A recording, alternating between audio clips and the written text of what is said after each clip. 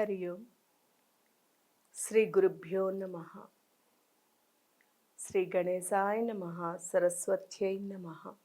సర్వమంగళ మాంగళ్యే శివే సర్వార్థ సాధికే శరణ్యే త్రయంబకే దేవి నారాయణీ నమోస్తుతే. ఇప్పుడు చాలా అద్భుతమైనటువంటి రోజులు నడుస్తున్నాయి. ఏమిటవి అంటే వారాహి నవరాత్రి.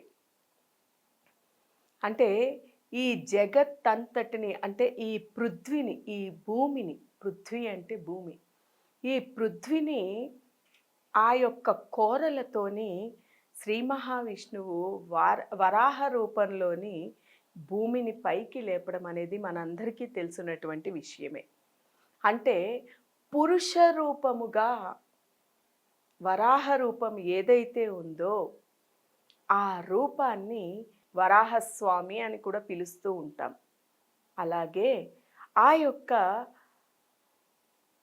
వరాహ రూపం స్త్రీ రూపమైతే, వరాహ రూపంలో ఉండేటువంటి స్త్రీ ఎవరైతే ఉన్నారో ఆ రూపాన్నే మనము వారాహిదేవి అంటూ ఉంటాం. ఈవిడని దండనాయకి అని కూడా అంటారు. అంటే దుష్ట సంహరణ చేయడానికి, అలాగే శిష్టులను రక్షించడము ఈ అవతారంలో ముఖ్యంగా జరుగుతూ ఉంటుంది. ఎటువంటి చెడునైనా కూడా కూకటి వేళ్లతో ఆవిడ యొక్క కోరలతో తీసివేసేస్తూ ఉంటుంది ఆ తల్లి. ఆ రూపం అంటే అసలు మనకి ఉండేటువంటిది ఈ జగత్తంతటికీ కూడా సృష్టి స్థితి లయ కారకురాలైనటువంటి ఈ జగత్తంతటికీ కూడా మూలమైనటువంటి సాకార నిరాకార నిర్గుణ చైతన్య స్వరూపము ఒకే ఒక్క రూపము, ఒకే ఒక్కటి శక్తి. దాన్నే బ్రహ్మమని కొంతమంది అంటారు, విష్ణువు అని కొంతమంది అంటారు, కొంతమంది అమ్మ అంటారు. అంటే ఈశ్వరారాధకులు ఈశ్వరుడు అని అంటూ ఉంటారు. కానీ అసలు ఉన్నదైతే సాకార నిరాకార నిర్గుణ చైతన్య స్వరూపమైనటువంటి ఆ పరమేశ్వరి ఒకే ఒక్క రూపం, చిదానంద రూపం.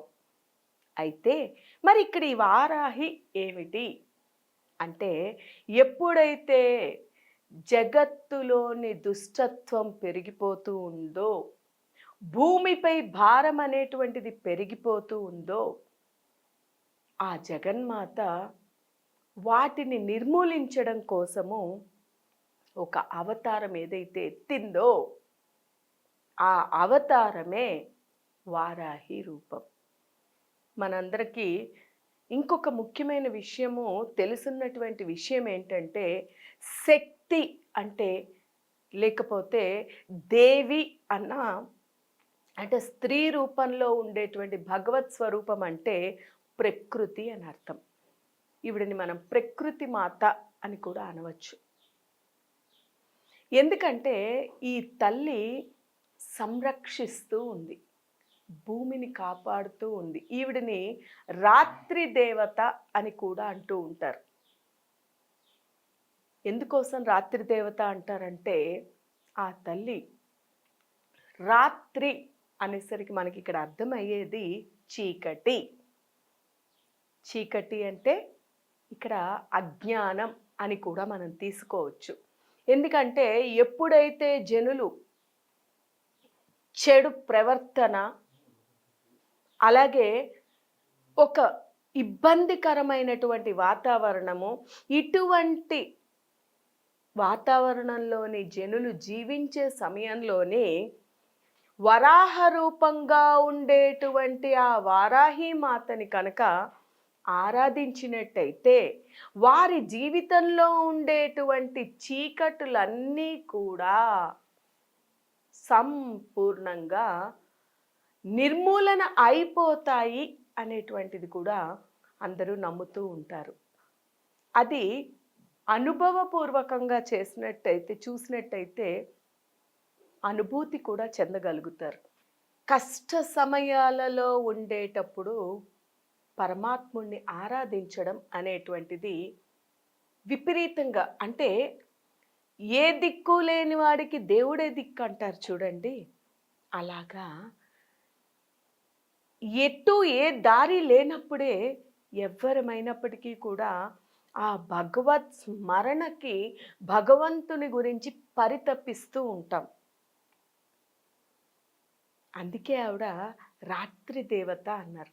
చీకటి, ఈ చీకటిలోను ఉండేటువంటి జనులను రక్షించి కాపాడి రాత్రి దండనాయకి, అలాగే రాత్రి దేవత, ఇలా ఆవిడికి ఎన్నెన్నో పేర్లు. సంరక్షిస్తూ కాపలాదారిగా కాపాడుతూ ఆ శక్తి స్వరూపిణి వారాహి వరాహ రూపంలోని అందరినీ కూడా దుష్టులను సంహరిస్తూ కాపలా కాస్తూ ఉంటుంది ఆ తల్లి ఆ రూపంలోని. అందుకని ఆవిడని వారాహిదేవి అని అంటూ ఉంటాం. ఈవిడ ముఖ్యంగా దీనికి ఒక చిన్న ఉపమానం చెప్పుకుందాం మనం. దేవి భాగవతంలోని స్పష్టంగా తెలియపరిచారు.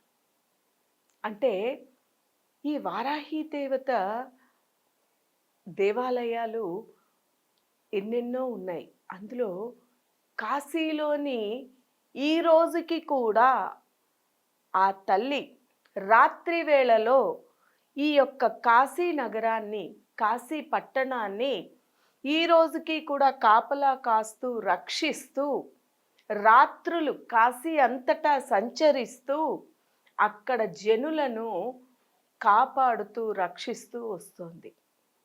ఆ తల్లి యొక్క ఆవిర్భావం గురించి మనం తెలుసుకుందాం. ఒకానొక సమయంలో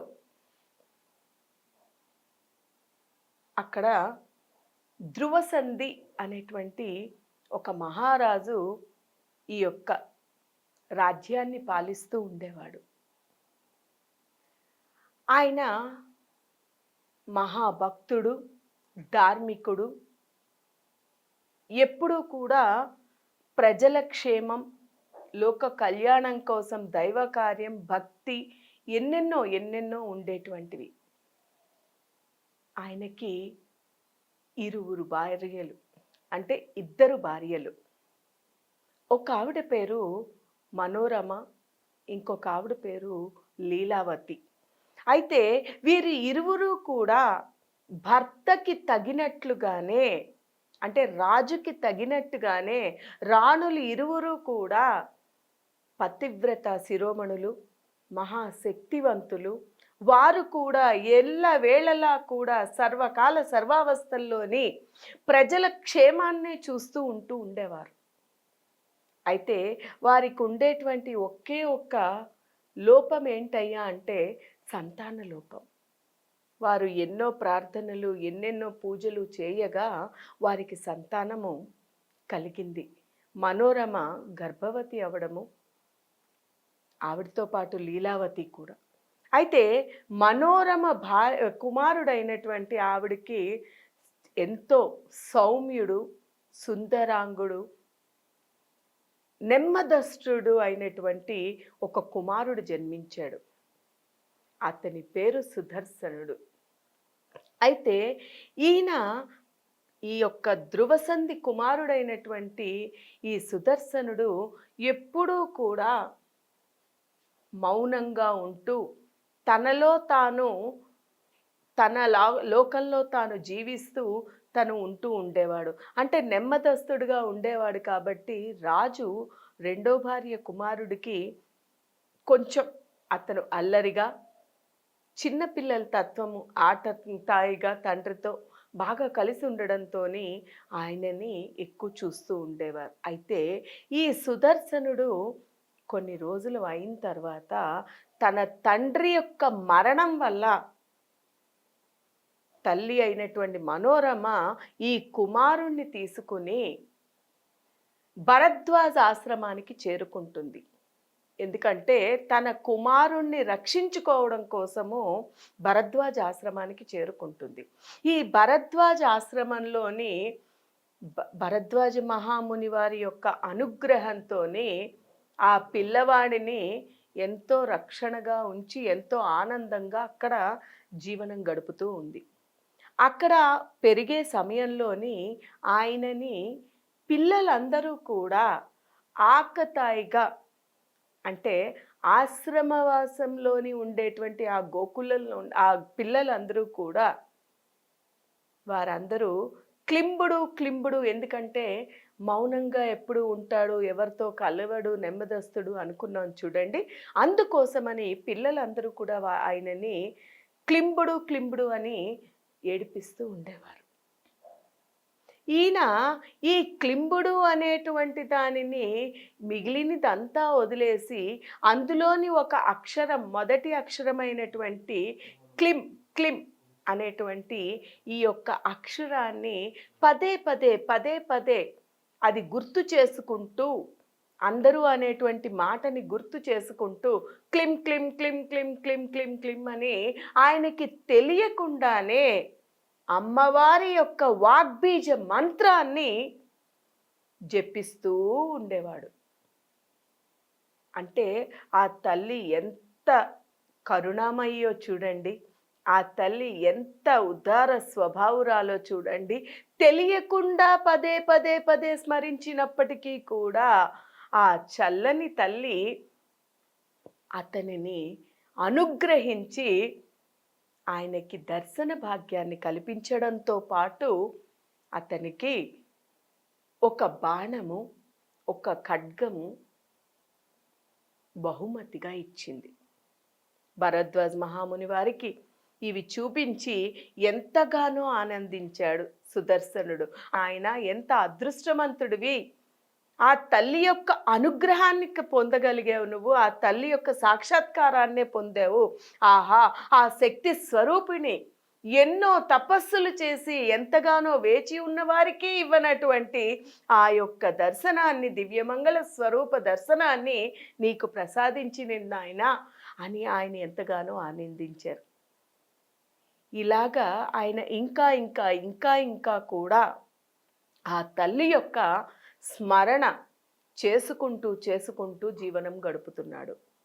కొద్ది రోజులకి ఆయనకి యుక్త వయసు రావడంతోనే అక్కడనే దగ్గరలో ఉండే భరద్వాజాశ్రమానికి దగ్గరలో ఉండేటువంటి కాశీరాజు తన కుమార్తె కాశీరాజు కుమార్తె అయినటువంటి శశికళ, ఆవిడ దగ్గరలో ఉన్న అమ్మవారి గుడికి వెళ్ళి దర్శనం చేసుకోవడానికి వెళ్ళి పూజ చేసుకోవడానికి వెళ్ళినప్పుడు ఆ తల్లి యొక్క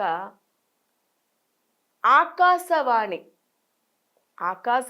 రూపంలోని వాక్కు బిడ్డకి తెలియపరిచింది. నీకు సరి అయినటువంటి వాడు, నీకు తగ్గవాడు, నా శిష్యుడు, నా వాడు. చూడండి ఎంత అదృష్టవంతుడో, నా కుమారుడు అని చెప్పింది చూడండి. నా కుమారుడు భరద్వాజ ఆశ్రమంలో ఉన్నాడు, నీవు అతనినే వివాహం చేసుకొని నీ భర్తగా స్వీకరించు అని అమ్మనే చెప్పినప్పుడు జగత్తుకి, అన్ని లోకాలని కూడా రక్షించి పాలించేటువంటి ఆ జగజ్జనని యొక్క అనుగ్రహం లభించిన తర్వాత ఆవిడే బిడ్డే అని చెప్పాక ఎవరు వదులుకుంటారండి చెప్పండి. ఆ తల్లి యొక్క అనుగ్రహంతోనే శశికళ తిరిగి వచ్చి తన తండ్రికి చెప్పినప్పటికీ కూడా ఆయన రాజ్యభ్రష్టుడుగా ఉండేటువంటి సుదర్శనుడు ఒక ఆశ్రమవాసిగా ఉండేటువంటి ఒక రాకుమారుడికి నా కుమార్తెని ఇచ్చినచో ఏమి సుఖపడుతుంది అని చెప్పి ఆమెకి వ్యతిరేకంగా వేరే స్వయంవరం ఏర్పాటు చేసి వివాహం చేయబోతాడు. అయినప్పటికీ కూడా శశికళ తన తల్లి, అంటే కన్న తల్లి కాకుండా తల్లినే, తన తల్లినే కన్నటువంటి ఆ జగజ్జనని, జగత్ అంతటికీ కన్న తల్లి అయినటువంటి ఆ జగజ్జనని శక్తి స్వరూపిణి ఆదేశాన్ని, శక్తి స్వరూపిణి అనుగ్రహాన్ని మరువలేక ఆ అమ్మాయి ఏది ఏమైనా నాకు మా ఆ యొక్క సుదర్శనుడితోనే వివాహము జరిపించాలి అని మొండి పట్టుదల పట్టి ఎంతమంది రాజులు స్వయంవరానికి వచ్చినప్పటికీ కూడా స్వయంవర సభకి కూడా రాకుండా ఆమె తండ్రికి గట్టిగా చెప్తుంది, నువ్వు ఏమైనా చెయ్యి, మాకు ఏమీ కూడా ఇవ్వక్కర్లేదు, నేను ఆంతరంగికంగా సుదర్శనుడినే నా భర్తగా కూడా స్వీకరించాను కాబట్టి నీవు నా భర్తకి ఇచ్చి నన్ను పంపించి వేయి, మేము ఇక్కడి నుంచి వెళ్ళిపోతాము అని చెప్పడంతో చేయదగినది లేక ఆయన తన కుమార్తెని ఆయనకిచ్చి సుదర్శనుడికిచ్చి వివాహము చేసి, ఆ సుదర్శనుడు తన తల్లి అయినటువంటి మనోరమ అలాగే శశికళని ముగ్గురిని కూడా రాజ్యాన్ని దాటించుతూ ఉండే సమయంలో శత్రురాజులు అంటే స్వయంవరానికి వచ్చినటువంటి మిగిలినటువంటి శత్రుత్వాన్ని పెంచుకున్న రాజులు ఎవరైతే ఉన్నారో వారు ఎంత చెప్పినా వినకుండా యుద్ధం చేయడానికి సిద్ధపడ్డారు. ఇక సుదర్శనుడు మామగారు ఎలా అయినా కూడా శత్రువుల్ని అంతం చెయ్యాలి అన్నప్పుడు, మీరు ఎవరిని కూడా ఏమీ శత్రువులైనప్పటికీ కూడా వారిని ఏమీ అనకండి, వారితోని యుద్ధం అవసరం లేదు, నేను ఆ జగజ్జనినే స్మరించుకుంటాను, నేను ఆ అమ్మ యొక్క ఆదేశానుసారము ఆ జగజ్జనని యొక్క ఆదేశానుసారము నేను ఇక్కడికి నేను స్వయంవరానికి వచ్చాను తప్ప మీ కుమార్తెని చేపట్టడానికి వచ్చాను తప్ప ఇది నా నిర్ణయం కాదు, ఇది దైవ నిర్ణయము, దైవానుగ్రహము, దైవ లీల కాబట్టి అంతా ఆవిడే చూసుకుంటుంది అని చెప్పి ఆయన వీరు యుద్ధము చేయడానికి వచ్చినప్పటికీ కూడా ఆయనపై బాణాలు విసరడానికి ప్రయత్నిస్తున్నప్పటికీ కూడా ఆ సుదర్శనుడు ఏమీ కూడా పట్టించుకోకుండా నిశ్చలమైన మనస్సుతోని ఆ తల్లిని ప్రార్థించుకుంటూ ఉన్నాడు. ఆ తల్లి బిడ్డ పిలిస్తే తల్లి రాకుండా ఉంటుందా చెప్పండి? అందులోని ప్రియాతి ప్రియమైనటువంటి తన బిడ్డ ఎప్పుడైతే ఆవిడ ఆ బిడ్డ యొక్క వాక్కు విన్నాదో తక్షణమే ఆ తల్లి మణిద్వీపాన్ని వదిలి మణిద్వీప నివాసిని అయినటువంటి ఆ జగన్మాత సృష్టి స్థితిలో కారకురాలు సాకార నిరాకార నిర్గుణ చైతన్య స్వరూపమైనటువంటి ఆ తల్లి తక్షణమే పరుగు పరుగున ఆ యొక్క యుద్ధ భూమికి చేరుకుంది. చేరుకోవడంతో పాటు ఆవిడ కూడా యుద్ధము చేయడం మొదలుపెట్టింది. ఒక్క వేటున తన శత్రువులైనటువంటి ఆ యొక్క రాజులను అంతం చేసింది. ఎప్పుడైతే ఆమె యొక్క సింహాన్ని గర్జించిందో అక్కడ ఉన్నటువంటి మిగిలినటువంటి వారు భయభ్రాంతులకి కూడా గురి అయ్యారు. ఆ తల్లియే స్వయంగా ఖడ్గము తీసుకుని లీలావతి తండ్రిని అలాగే సుదర్శనుడి యొక్క సోదరుడైనటువంటి లీలావతి కుమారుడైనటువంటి ఇంద్రజిత్తుని కూడా ఒక్కసారిగా ఒక్క వేటున అంతం చేసేసింది.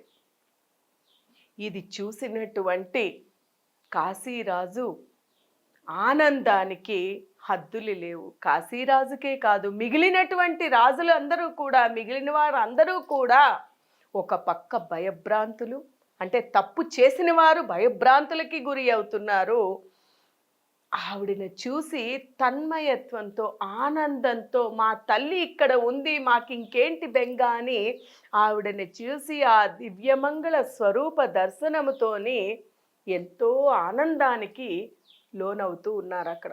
ఈ ఆనందంతోని పులకించిపోతూ ఆ తల్లి యొక్క దర్శనాన్ని చూసి ఆ దివ్యమంగళ స్వరూపాన్ని చూసి ఆ యొక్క తన్మయత్వంలోని ఇంతటి అదృష్టం కలిగింది అని ఆ తల్లి యొక్క దర్శనం కలగడానికి కారణం తన అల్లుడైనప్పటికీ కూడా ఆ దివ్యమంగళ స్వరూపాన్ని చూడడంతో కాశీరాజు తక్షణమే ఆ తల్లిని దయచూపగా రావమ్మా, అమ్మా జగన్మాత మమ్మల్ని కాపాడగా వచ్చితివే, ఆహా ఏమి ఈ అదృష్టము అంటూ పరిపరి విధములుగా ఆ తల్లిని స్మరణ చేస్తూ ఉన్నాడు.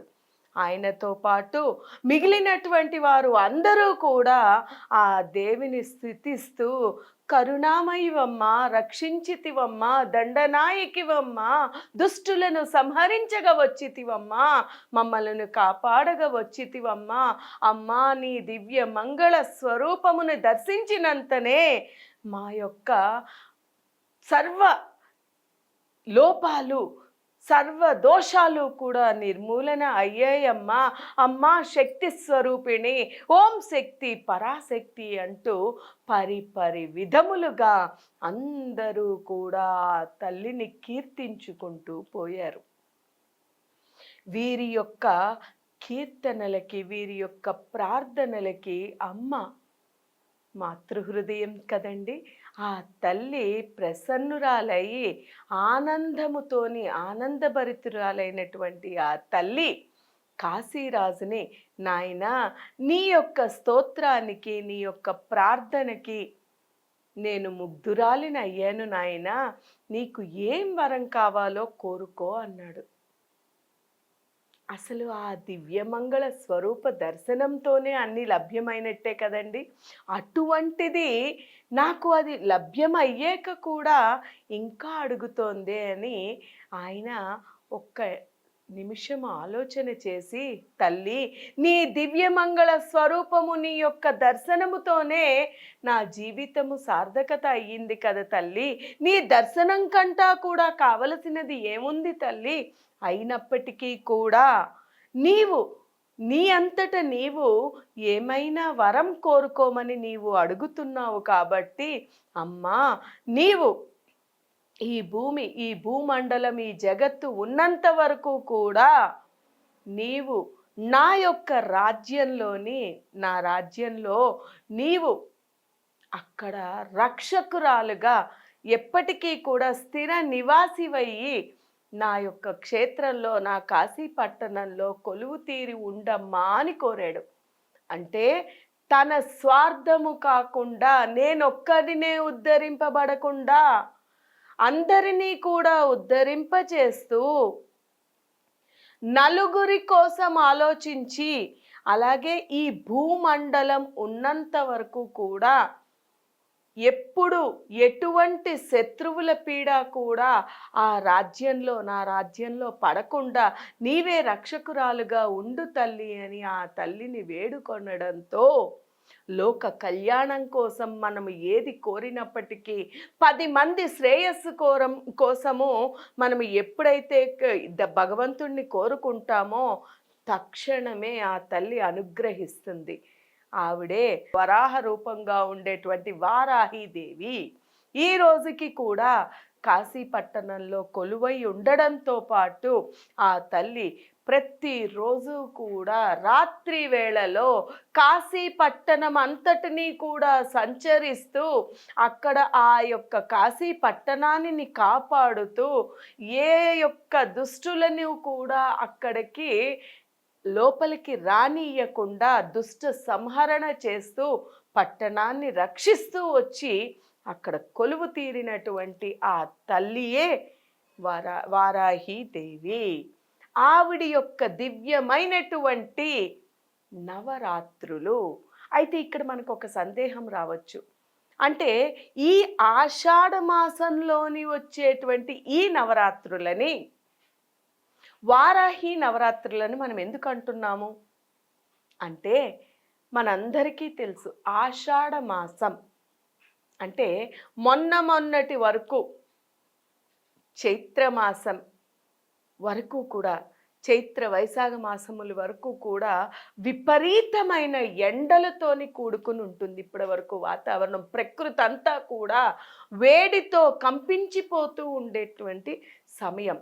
అటువంటి సమయంలోని ఈ ఆషాఢం వచ్చే ముందర ఋతువులు మారి మనకి వర్షాలు ప్రారంభం అవుతూ ఉంటాయి, వర్షాలు పడుతూ ఉంటాయి. ఆషాఢంలో విపరీతంగా వర్షాలు పడతాయి. అయితే ఇప్పటి వరకు అంటే మనము ప్రకృతి పరంగా లేకపోతే సైన్స్ పరంగా చూసినట్టయితే మనము చెప్పుకున్నాం, వారాహీదేవి అంటే దండనాయకి, రాత్రి దేవత అంటే చీకటిని తొలగించేటువంటి దేవత, అలాగే రక్షించేటువంటి దేవత. ఎలాగైతే భూమిని, ఈ నీటిలో మునిగిపోయినటువంటి భూమిని పైకి లేపినట్టు, పైకి ఎలాగైతే వరాహుడు రూపంలోని ఆ నారాయణుడు లేపాడో, ఆ తల్లి కూడా ఏ జనులైనప్పటికీ కూడా ఈ యొక్క ఇబ్బందులలో పడిపోయి అనారోగ్య పరిస్థితుల్లోని చిక్కుకున్నప్పటికీ కూడా వారిని, అలాగే మనందరికీ తెలిసినటువంటి విషయమే, ఆషాఢ మాసంలోని అంటే కొత్తగా వివాహమైనటువంటి దంపతులని, ఆ పిల్లలని అంటే ఆడపిల్లలని వారిని వారి పుట్టింటికి పంపిస్తారు. ఎందుకు అంటే ఇది అమ్మ తన పుట్టినింటికి వెళ్ళేటువంటి సమయము. అందువల్ల ఆ తల్లిని ఎలాగైతే పుట్టింటిలోని సేద తీర్చుకుంటూ, అంటే ఇన్నాళ్ళు కష్టపడి మనకి ఈ యొక్క ఎండాకాలంలోని, ఇప్పుడంటే లేదు కానీ ఒకప్పుడు విపరీతముగా పనులు ఉంటూ ఉండేవి. అత్తగారిళ్లల్లోని విపరీతమైన పనులు, ఆవకాయలు ఊరగాయలు పెట్టుకోవడము, కారాలు దంచుకోవడము, పసుపులు, అంటే మనకి ప్రకృతి నుంచి లభ్యమైనటువంటి వస్తువులు సంవత్సరానికి సరిపడా కూడా, చింతపండని అలాగా వివిధ రకాలైనటువంటి అన్ని వస్తువులు కూడా ఈ ఎండాకాలంలోనే అన్నీ కూడా పెట్టుకోవడం జరుగుతుంది. అన్నీ చేయడం, ఈ సమయంలోనే ఎంతగానో కష్టపడి ఉండేటువంటి ఆ తల్లులు వారి యొక్క పుట్టినిల్లు అని ఎందుకన్నారు అంటే, అక్కడ పుట్టినింటిలోని స్వేచ్ఛతో పాటు ఆనందంగా సుఖంగా అక్కడ సేద తీర్చుకోవడానికి అవకాశం ఉంటుంది కాబట్టి.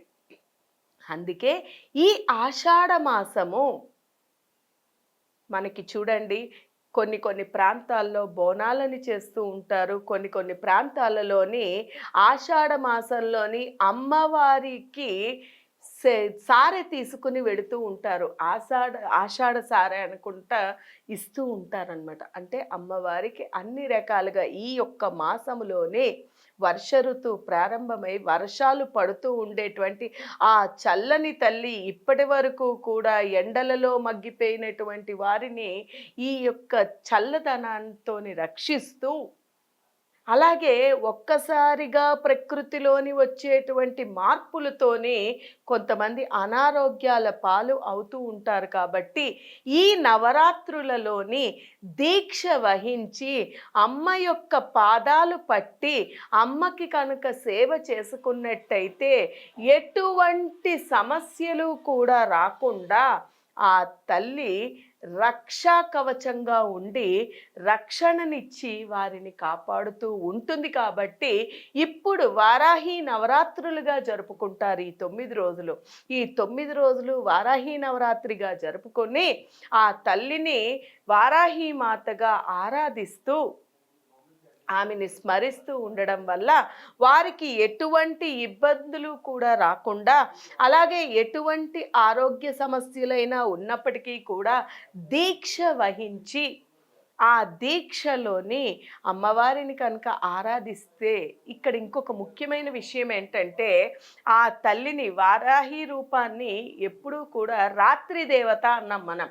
అంటే అమ్మవారు రాత్రిపూట మేల్కొని రాత్రిపూట రక్షిస్తూ అంతటికీ కూడా కాపలా కాస్తూ పొద్దున్న పూట నిద్రిస్తూ ఉంటుంది. ఎందుకంటే రాత్రి అంతా కూడా రక్షించేటువంటి తల్లి రాత్రి పొద్దున సుఖంగా కూర్చోవాలి కదండి. అందుకని ఈ సమయంలో అంటే పొద్దున్న సమయంలో ఆవిడ సేద తీరుతూ ఉంటుంది, నిద్రిస్తూ ఉంటుంది. అందుకనే ఆ తల్లికి రాత్రిపూట పూజ చేస్తాం మనం. సాధారణంగా ఏ శక్తి అయినప్పటికీ, ఏ రూపమైనప్పటికీ కూడా శక్తి స్వరూపం ఎప్పుడూ కూడా రక్షణా కవచంగా ఉండి శక్తి స్వరూపిణిగా కాపాడుతూ ఉంటుంది.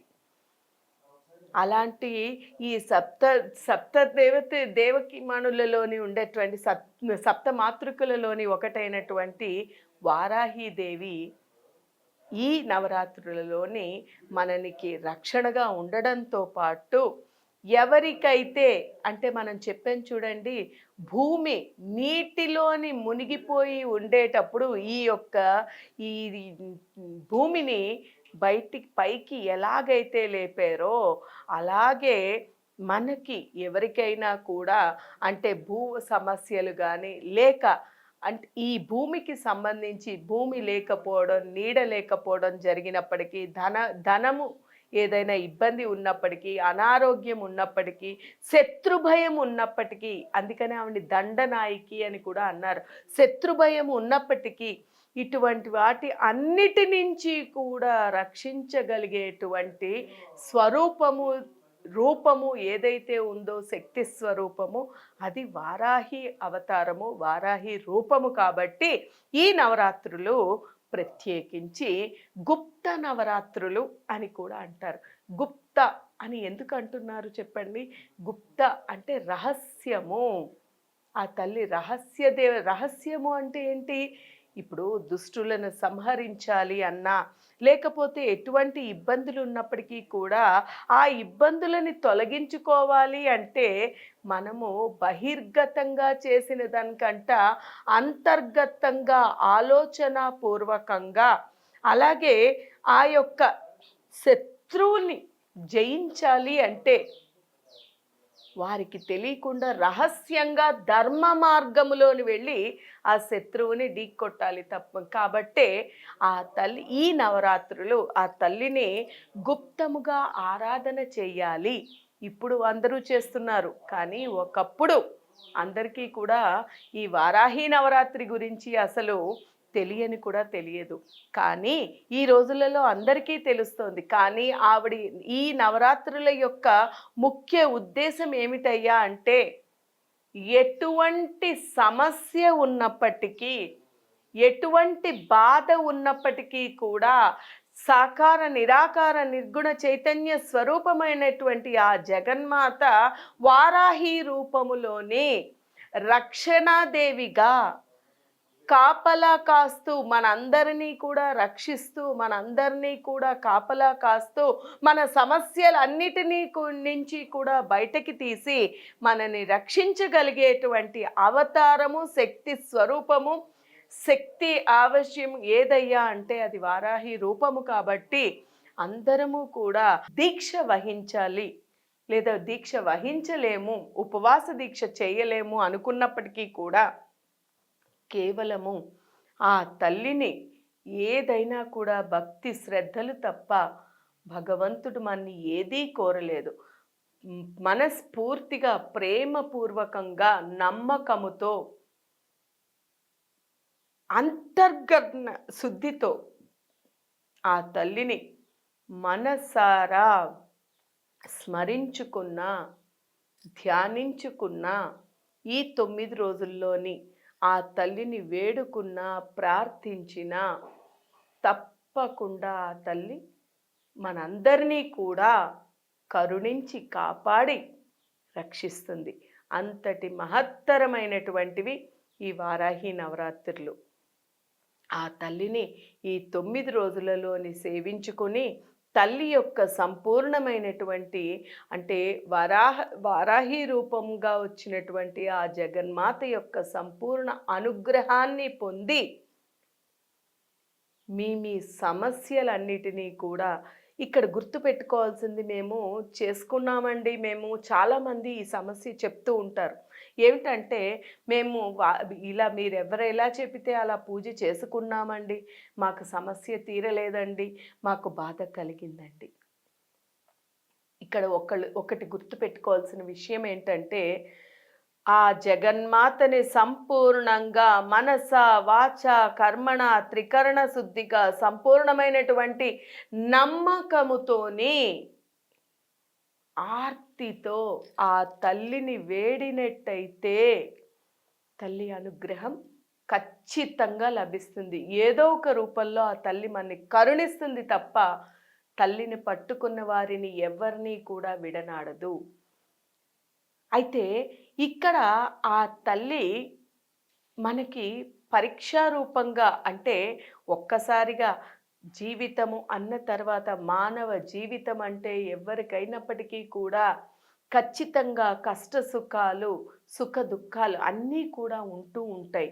వాటిని ఎదిరించి ఎవరు అయితే సమస్య వచ్చినప్పుడు ఆ సమస్యలోని కూడా ఆ జగన్మాత యొక్క పాదాలు విడవకుండా ఆవిడని పట్టుకొని స్మరించి మాకు ఇది దాటగలిగేటువంటి శక్తిని మాకు సమకూర్చు తల్లి. దీనిని ధర్మబద్ధంగా ఇక్కడ గుర్తుపెట్టుకోవాల్సింది ఇంకొకటి ఉందండి. ధర్మం.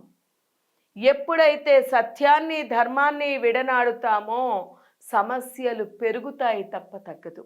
ఎప్పుడూ కూడా ధర్మబద్ధంగా సత్యంగా ఆ తల్లిని మనసా వాచ కర్మణ త్రికరణ శుద్ధిగా ఆ తల్లిని వేడుకొన్నట్టయితే ఖచ్చితంగా ఆ తల్లి యొక్క అనుగ్రహం మనందరిపైన ఉంటుంది. కాబట్టి ఇటువంటి రీతిలోని మనసా వాచ కర్మణ త్రికరణ శుద్ధిగా ధర్మబద్ధంగా ఆ తల్లిని ఈ నవరాత్రులలో సేవించి ప్రతి ఒక్కరూ కూడా ఆ తల్లి యొక్క అనుగ్రహాన్ని పొంది మీ సమస్యలు మీ కోరికలు తీరి అందరూ కూడా ఆ శక్తి స్వరూపిణి యొక్క సంపూర్ణ అనుగ్రహానికి పాత్రులు కావాలి అని కోరుకుంటూ హరి ఓం తత్సత్.